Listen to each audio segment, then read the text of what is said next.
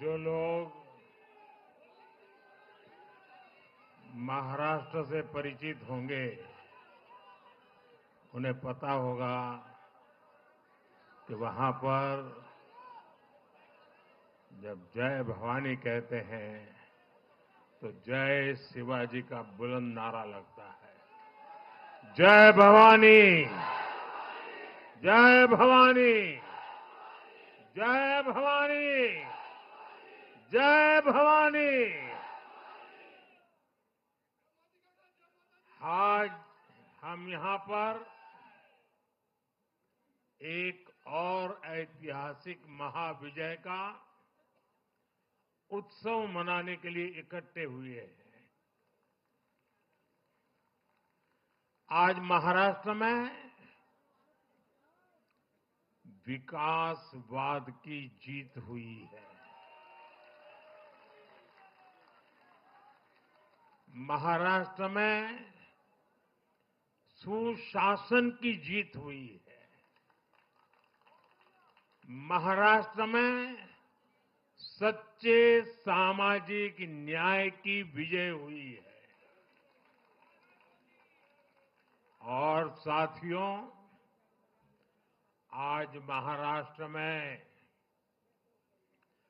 झूठ, छल, फरेब बुरी तरह हारा है।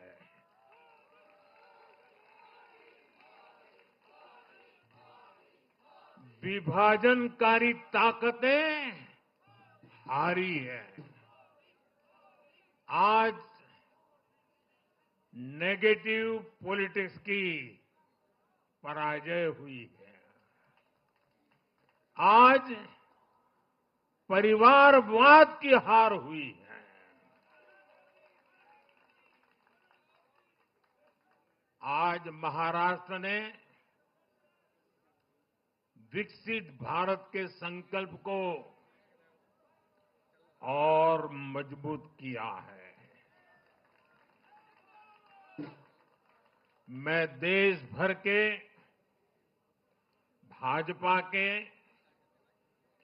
एनडीए के सभी कार्यकर्ताओं को बहुत बहुत बधाई देता हूं, उन सबका अभिनंदन करता हूं।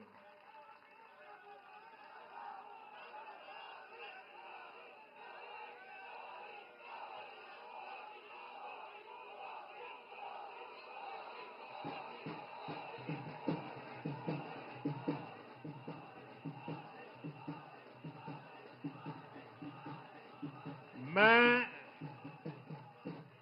श्री एकनाथ शिंदे जी, मेरे परम मित्र देवेंद्र फडणवीस जी, भाई अजीत पवार जी, उन सब की भी भूरी भूरी प्रशंसा करता हूं। साथियों, आज देश के अनेक राज्यों में उपचुनावों के भी नतीजे आए हैं। नड्डा जी ने विस्तार से बताया है, इसलिए मैं विस्तार में नहीं जा रहा हूं। लोकसभा की भी हमारी एक सीट और बढ़ गई है।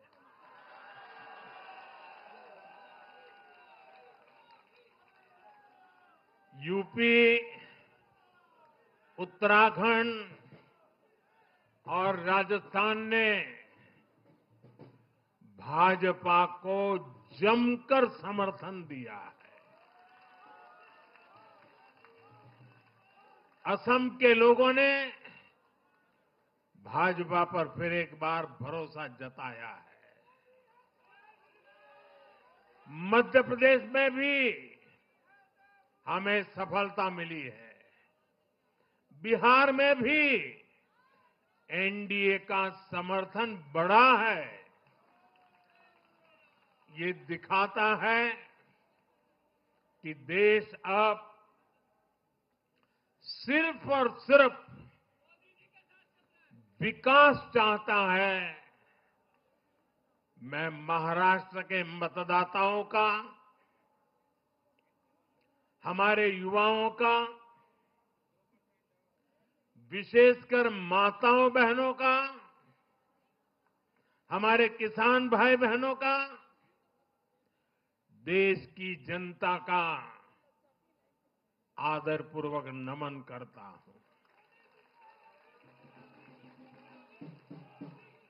साथियों,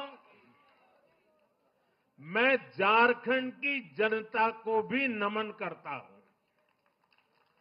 झारखंड के तेज विकास के लिए हम अब और ज्यादा मेहनत से काम करेंगे और इसमें भाजपा का एक एक कार्यकर्ता अपना हर प्रयास करेगा। साथियों, छत्रपती शिवाजी महाराजांच्या महाराष्ट्राने आज दाखवून दिले तुष्टीकरणाचा सामना कसा करायचा।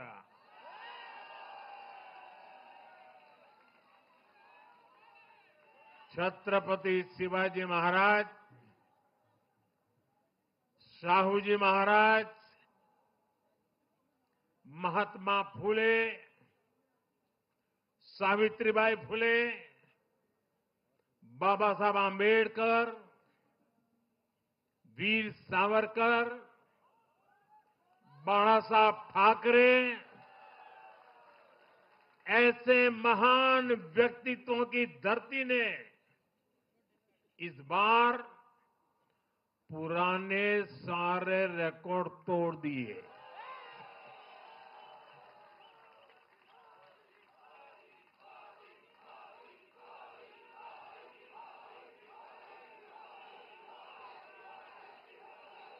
और साथियों,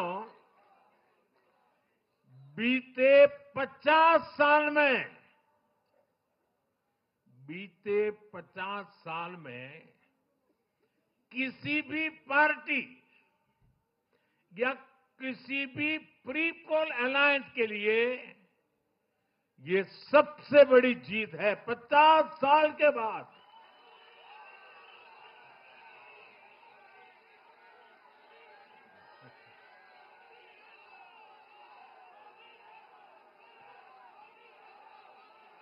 और एक महत्वपूर्ण बात मैं बताता हूं, ये लगातार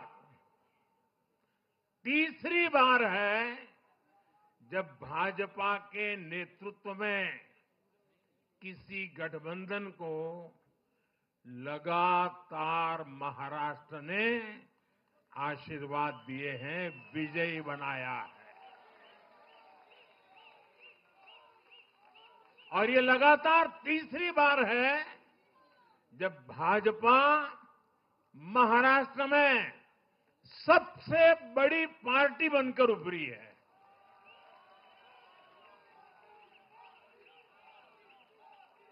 साथियों, ये निश्चित रूप से ऐतिहासिक है। ये भाजपा के गवर्नेंस मॉडल पर मुहर है।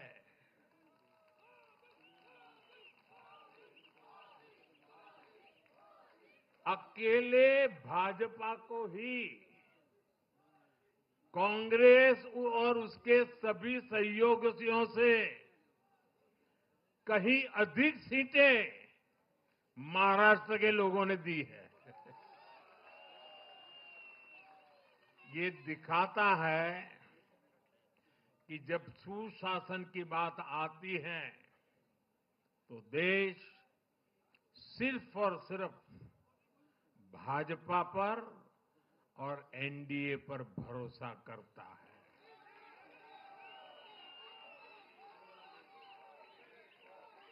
साथियों, एक और बात है जो आपको और खुश कर देगी। महाराष्ट्र देश का छठा राज्य है जिसने भाजपा को लगातार 3 बार जनादेश दिया है।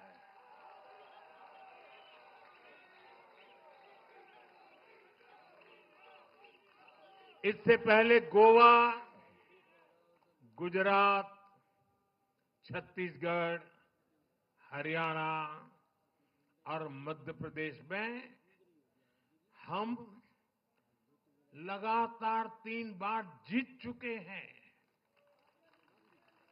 और बिहार में भी एनडीए को 3 बार से ज्यादा बार लगातार जनादेश मिला है और 60 साल के बाद आपने मुझे तीसरी बार मौका दिया, ये तो है ही है।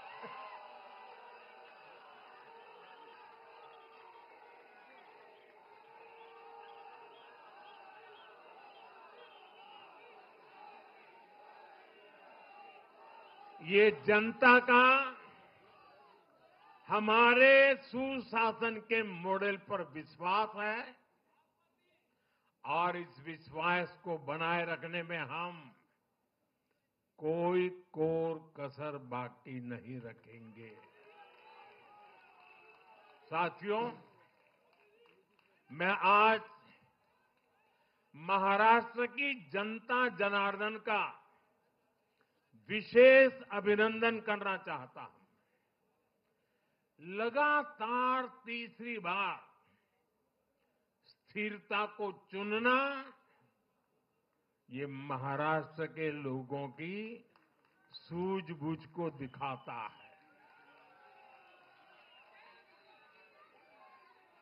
हां, बीच में जैसा अभी नड्डा जी ने विस्तार से कहा था, कुछ लोगों ने धोखा करके अस्थिरता पैदा करने की कोशिश की, लेकिन महाराष्ट्र ने उनको नकार दिया है और उस पाप की सजा मौका मिलते ही दे दी है।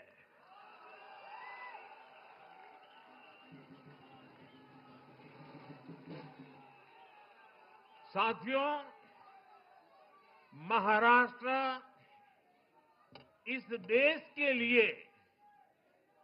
एक तरह से बहुत महत्वपूर्ण ग्रोथ इंजन है। इसलिए महाराष्ट्र के लोगों ने जो जनादेश दिया है, वो विकसित भारत के लिए बहुत बड़ा आधार बनेगा। वो विकसित भारत के संकल्प की सिद्धि का आधार बनेगा। साथियों, हरियाणा के बाद महाराष्ट्र के चुनाव का भी सबसे बड़ा संदेश है एकजुटता। एक है तो एक है तो एक है तो ये आज देश का महामंत्र बन चुका है। कांग्रेस और उसको इकोसिस्टम, उन्होंने सोचा था कि संविधान के नाम पर झूठ बोलकर, आरक्षण के नाम पर झूठ बोलकर एससी, एसटी, ओबीसी को छोटे छोटे समूह में बांट देंगे। वो सोचते थे सब बिखर जाएंगे। कांग्रेस और उसके साथियों की साजिश को महाराष्ट्र ने सिरे से खारिज कर दिया है।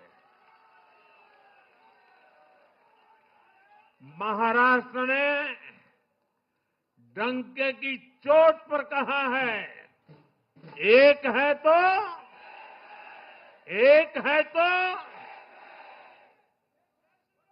एक है तो सेब है के भाव ने जाति, धर्म, भाषा और क्षेत्र के नाम पर लड़ाने वालों को सबक सिखाया है, सजा की है।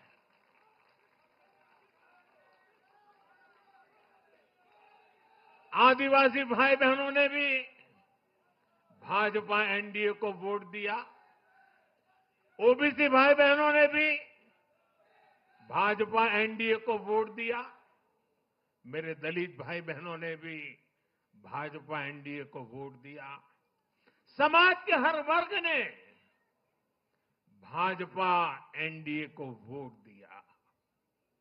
ये कांग्रेस और इंडी गठबंधन के उस पूरे इकोसिस्टम की सोच पर करारा प्रहार है, जो समाज को बांटने का एजेंडा चला रहे थे। साथियों, महाराष्ट्र ने एनडीए को इसलिए भी प्रचंड जनादेश दिया है क्योंकि हम विकास और विरासत दोनों को साथ लेकर चलते हैं। महाराष्ट्र की धरती पर इतनी विभूतियां जन्मी है। बीजेपी और मेरे लिए छत्रपति शिवाजी महाराज आराध्य पुरुष है।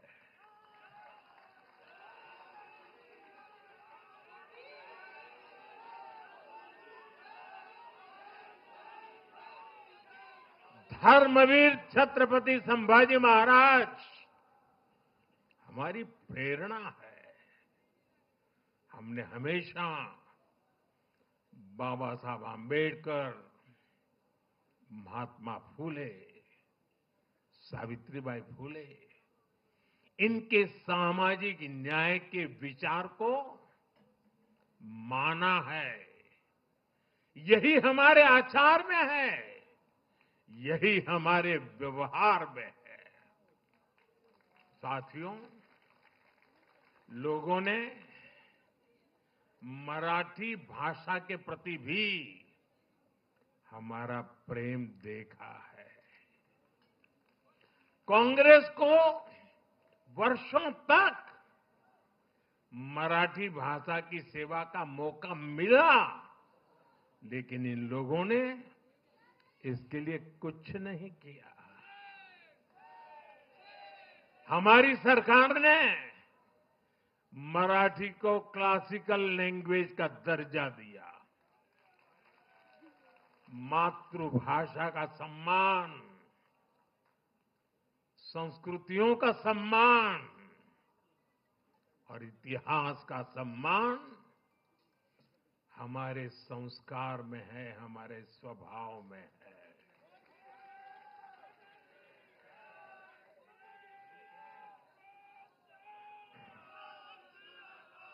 और मैं तो हमेशा कहता हूं, मातृभाषा का सम्मान मतलब अपनी मां का सम्मान।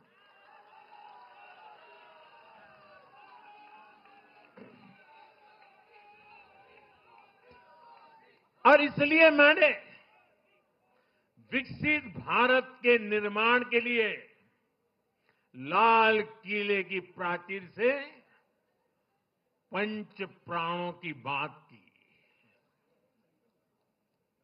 हमने इसमें विरासत पर गर्व को भी शामिल किया। जब भारत विकास भी और विरासत भी इसका संकल्प लेता है तो पूरी दुनिया इसे देखती है।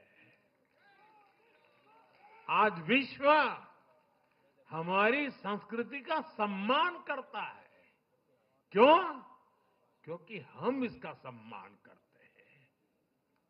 अब अगले 5 साल में महाराष्ट्र विकास भी विरासत भी के इसी मंत्र के साथ तेज गति से आगे बढ़ेगा। साथियों, इंडी वाले देश के बदले मिजाज को नहीं समझ पा रहे हैं।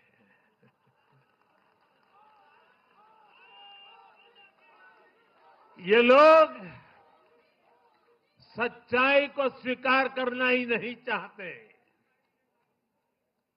ये लोग आज भी भारत के सामान्य वोटर के विवेक को कम करके आंकते हैं। देश का वोटर, देश का मतदाता अस्थिरता नहीं चाहता। देश का वोटर नेशन फर्स्ट की भावना के साथ है। जो कुर्सी फर्स्ट का सपना देखते हैं, उन्हें देश का वोटर पसंद नहीं करता। साथियों, देश के हर राज्य का वोटर दूसरे राज्यों की सरकारों का आकलन भी करता है। वो देखता है कि जो एक राज्य में बड़े बड़े प्रॉमिस करते हैं, उनकी परफॉर्मेंस दूसरे राज्य में कैसी है। महाराष्ट्र की जनता ने भी देखा कि कर्नाटका, तेलंगाना और हिमाचल में कांग्रेस सरकारें कैसे जनता से विश्वासघात कर रही है। ये आपको पंजाब में भी देखने को मिलेगा।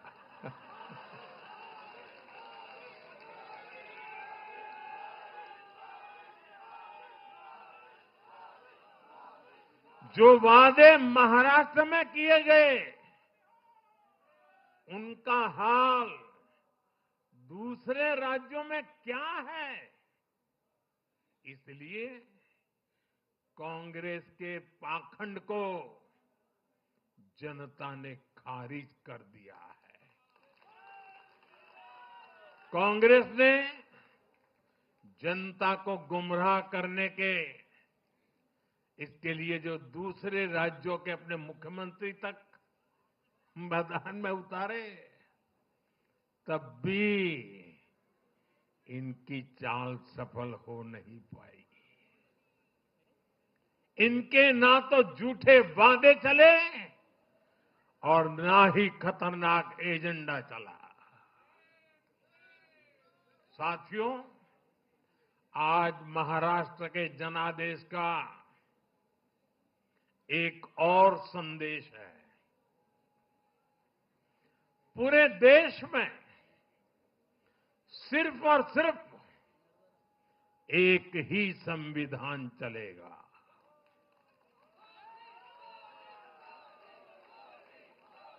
वो संविधान है बाबा साहब आम्बेडकर का संविधान, भारत का संविधान। जो भी सामने या पर्दे के पीछे देश में दो संविधान की बात करेगा, उसको देश पूरी तरह से नकार देगा। कांग्रेस और उसके साथियों ने जम्मू कश्मीर में फिर से आर्टिकल 370 की दीवार बनाने का प्रयास किया।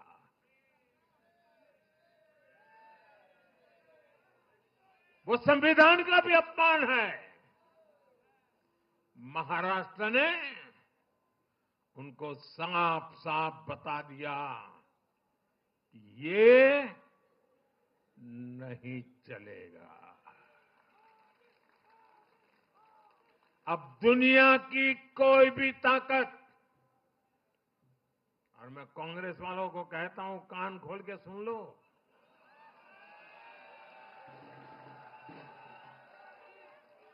उनके साथियों को भी कहता हूं, दुनिया की कोई भी ताकत 370 को वापस नहीं ला सकती।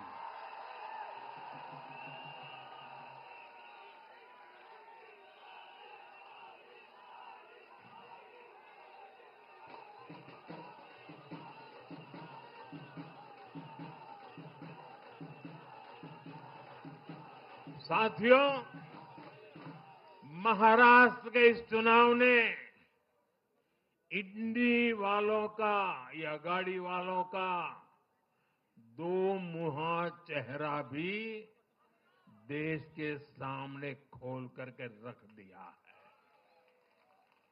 हम सब जानते हैं बाला साहब ठाकरे का इस देश के लिए, समाज के लिए बहुत बड़ा योगदान रहा है।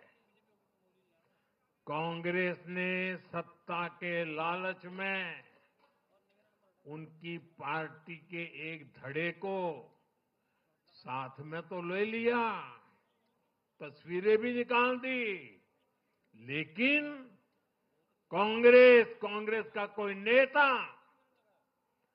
बाला साहब ठाकरे की नीतियों की कभी भी प्रशंसा नहीं कर सकती।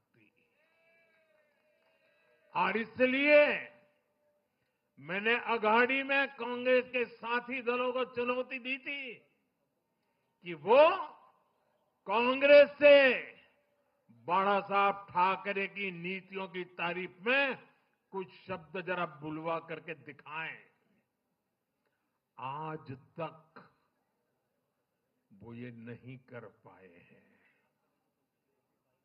मैंने दूसरी चुनौती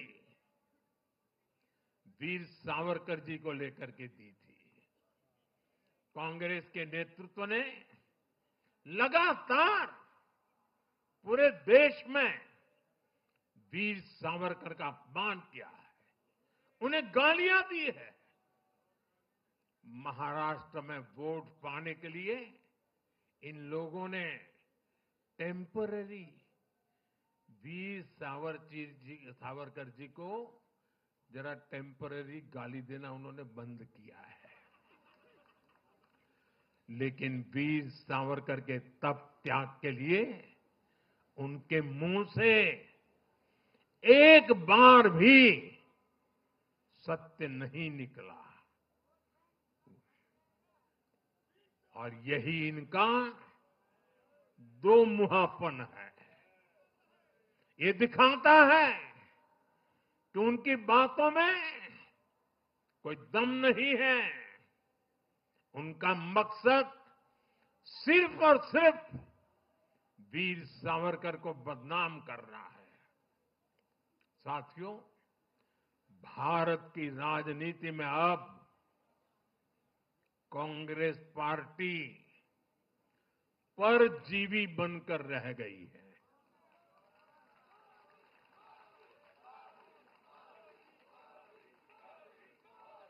कांग्रेस पार्टी के लिए अब अपने दम पर सरकार बनाना लगातार मुश्किल हो रहा है।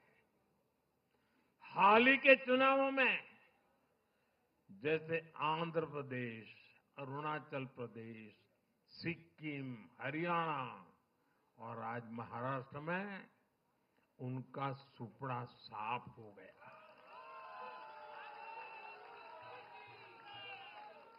कांग्रेस की घिसी पीटी विभाजनकारी राजनीति फेल हो रही है, लेकिन फिर भी कांग्रेस का अहंकार देखिए। उसका अहंकार 7वें आसमान पर है। सच्चाई ये है कि कांग्रेस अब एक परजीवी पार्टी बन चुकी है। कांग्रेस सिर्फ अपनी ही नहीं बल्कि अपने साथियों की नाव को भी डुबो देती है। आज महाराष्ट्र में भी हमने यही देखा है। महाराष्ट्र में कांग्रेस और उसके गठबंधन ने महाराष्ट्र की हर 5 में से 4 सीट हार गई। अघाड़ी के हर घटक का स्ट्राइक रेट 20% से भी नीचे है। ये दिखाता है कि कांग्रेस खुद भी डूबती है और दूसरों को भी डुबोती है। महाराष्ट्र में सबसे ज्यादा सीटों पर कांग्रेस चुनाव लड़ी, उतनी ही बड़ी हार इनके सहयोगियों वालों को भी मिली। वो तो अच्छा है कि यूपी जैसे राज्यों में कांग्रेस के सहयोगियों ने उससे जान छुड़ा ली, वरना वहां भी कांग्रेस के सहयोगियों को लेने के देने पड़ जाते।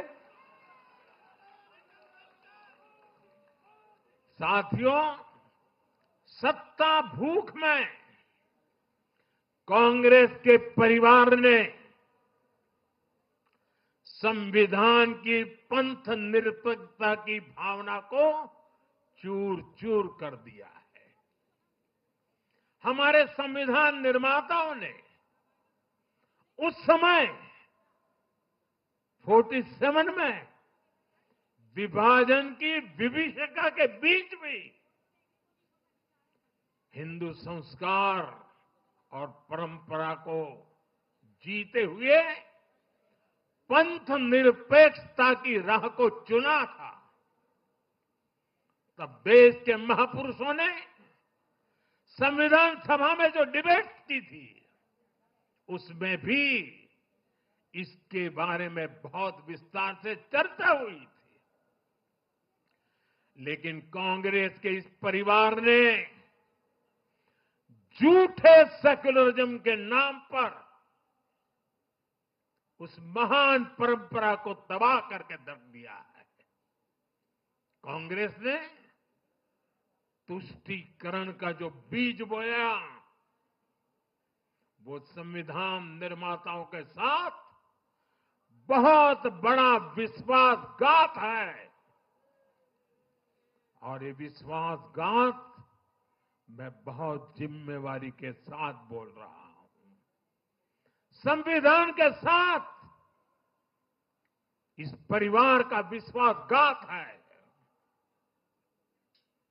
दशकों तक कांग्रेस ने देश में यही खेल खेला। कांग्रेस ने तुष्टीकरण के लिए कानून बनाए, सुप्रीम कोर्ट के आदेश तक की परवाह नहीं की। इसका एक उदाहरण वक्फ बोर्ड है।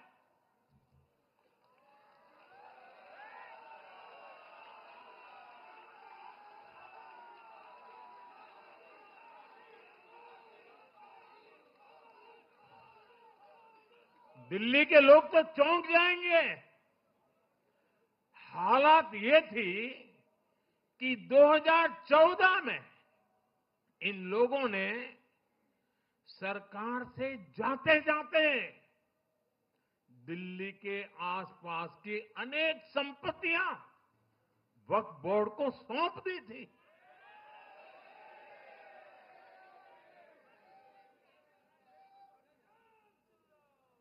बाबा साहब आंबेडकर जी ने जो संविधान हमें दिया है ना, जिस संविधान की रक्षा के लिए हम प्रतिबद्ध है, संविधान में वक्फ कानून का कोई स्थान ही नहीं है।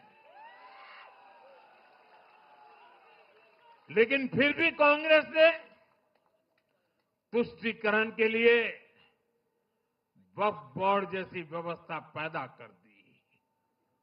ये इसलिए किया गया ताकि कांग्रेस के परिवार का वोट बैंक बढ़ सके।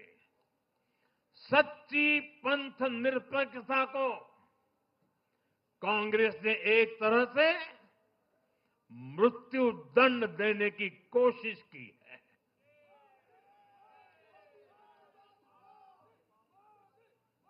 साथियों, कांग्रेस के शाही परिवार की सत्ता भूख इतनी विकृति हो गई है कि उन्होंने सामाजिक न्याय की भावना को भी चूर चूर कर दिया है। एक समय था जब कांग्रेस के नेता इंदिरा जी समेत खुद जात पात के खिलाफ बोलते थे,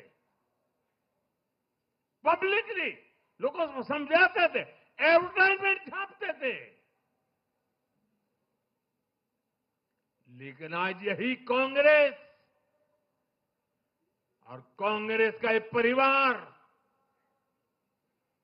खुद की सत्ता भूख को शांत करने के लिए जातिवाद का जहर फैला रहा है। इन लोगों ने सामाजिक न्याय का गला घोंट दिया है। साथियों, एक परिवार की सत्ता भूख इतने चरम पर है कि उन्होंने खुद की पार्टी को ही खा लिया है।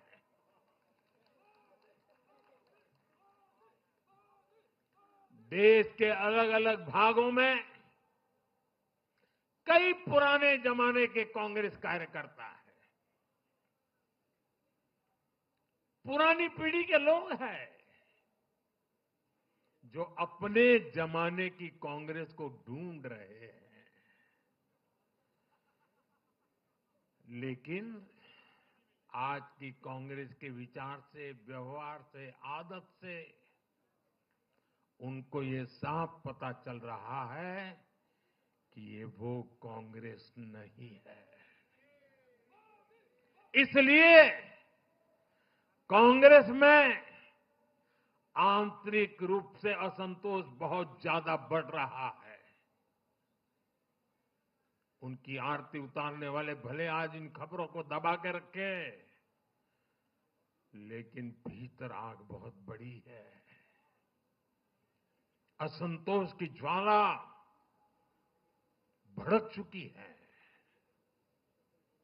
सिर्फ एक परिवार के ही लोगों को कांग्रेस चलाने का हक है। सिर्फ वही परिवार काबिल है, दूसरे नाकाबिल है। परिवार की सोच ने, इस जीत ने कांग्रेस में एक ऐसा माहौल भी बना दिया कि किसी भी समर्पित कांग्रेस कार्यकर्ता के लिए वहां काम करना मुश्किल हो गया है।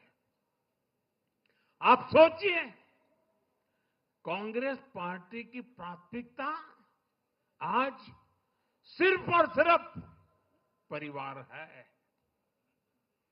देश की जनता उनकी प्राथमिकता नहीं है। और जिस पार्टी की प्राथमिकता जनता न हो, वो लोकतंत्र के लिए बहुत ही नुकसानदायी होती है। साथियों, कांग्रेस का परिवार सत्ता के बिना जी नहीं सकता। चुनाव जीतने के लिए लोग कुछ भी कर सकते हैं। दक्षिण में जाकर उत्तर को गाली देना, उत्तर में जाकर के दक्षिण को गाली देना, और विदेश में जाकर देश को गाली देना।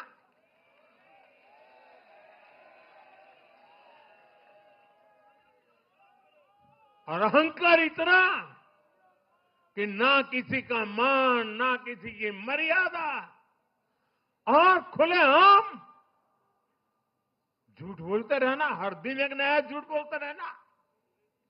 यही कांग्रेस और उसके परिवार की सच्चाई बन गई है। आज कांग्रेस का अर्बन नक्सलवाद भारत के सामने एक नई चुनौती बनकर खड़ा हो गया है। इन अर्बन नक्सलियों का रिमोट कंट्रोल देश के बाहर है, और इसलिए सभी को इस अर्बन नक्सलवाद से बहुत सावधान रहना है। आज देश के युवाओं को, हर प्रोफेशनल को कांग्रेस की हकीकत को समझना बहुत जरूरी है। साथियों, जब मैं पिछली बार भाजपा मुख्यालय आया था तो मैंने हरियाणा से मिले आशीर्वाद पर आपसे बात की थी। तब हमें गुरुग्राम जैसे शहरी क्षेत्र के लोगों ने भी अपना आशीर्वाद दिया था। अब आज मुंबई ने, पुणे ने, नागपुर ने, महाराष्ट्र के ऐसे सभी बड़े शहरों ने अपनी स्पष्ट राय रखी है।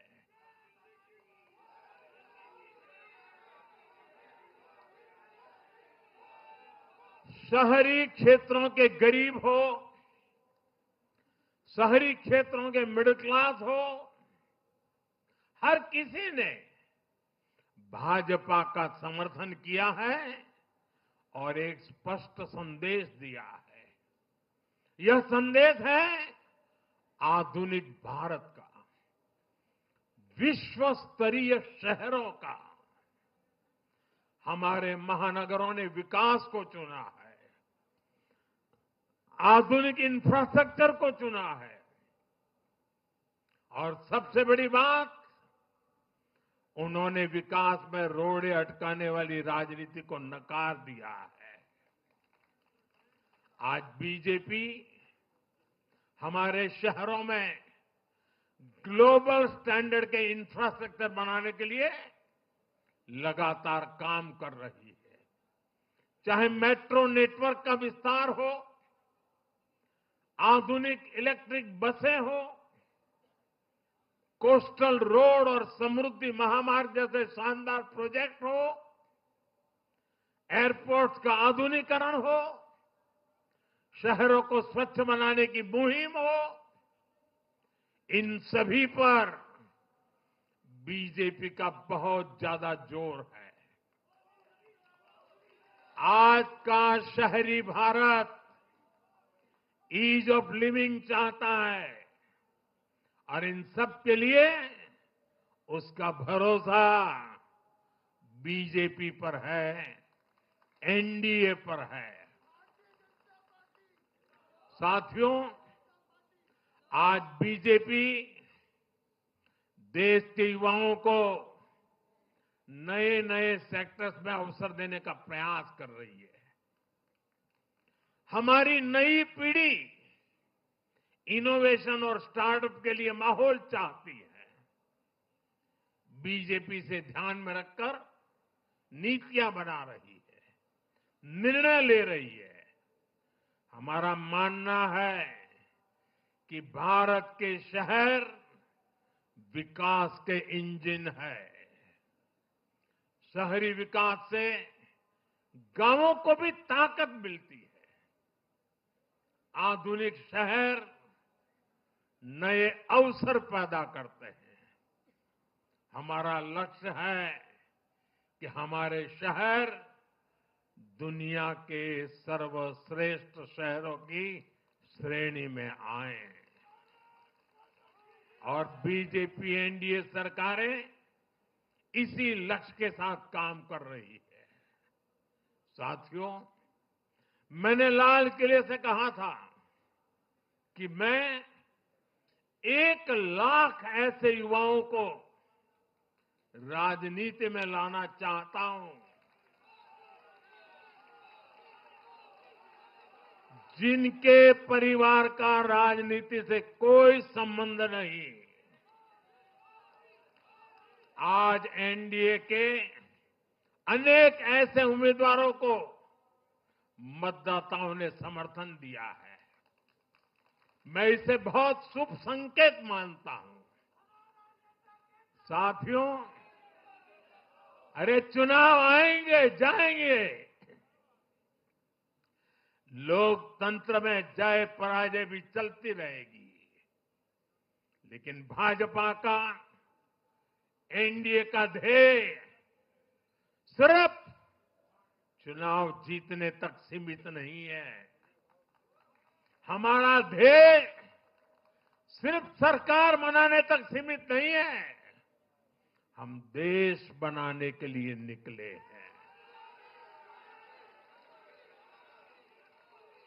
हम विकसित भारत बनाने के लिए निकले हैं।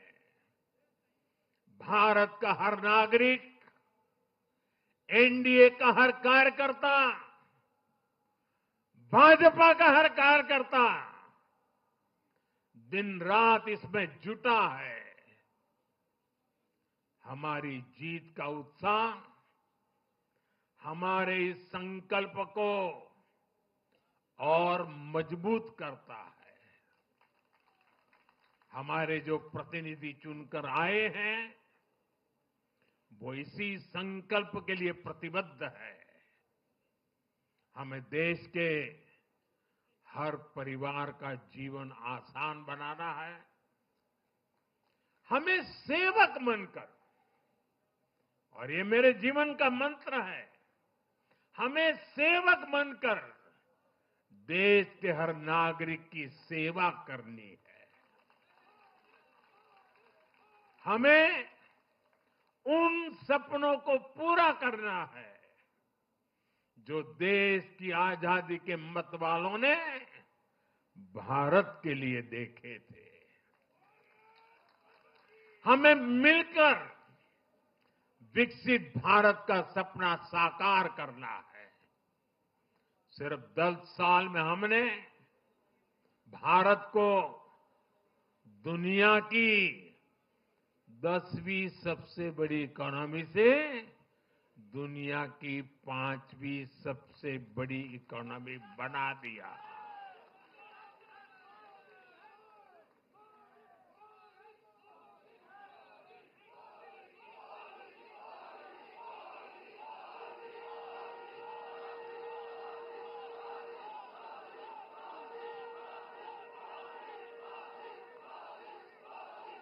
किसी को भी लगता, अरे मोदी जी 10 में से 5 पर पहुंच गए, अब तो बैठो आराम से। आराम से बैठने के लिए मैं पैदा नहीं हुआ।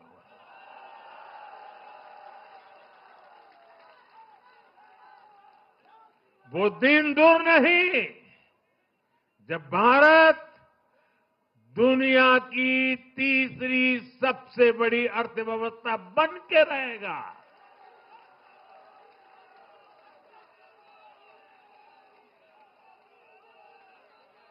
हम मिलकर आगे बढ़ेंगे, एकजुट होकर आगे बढ़ेंगे तो हर लक्ष्य पाकर रहेंगे। इसी भाव के साथ एक है तो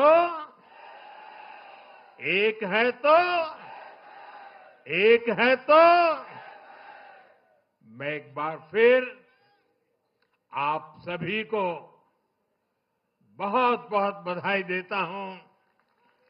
देशवासियों को बधाई देता हूं। महाराष्ट्र के लोगों को विशेष बधाई देता हूं। मेरे साथ बोलिए, भारत माता की, भारत माता की, भारत माता की, भारत माता की, भारत माता की। वंदे वंदे वंदे वंदे वंदे वंदे वंदे वंदे। बहुत बहुत धन्यवाद।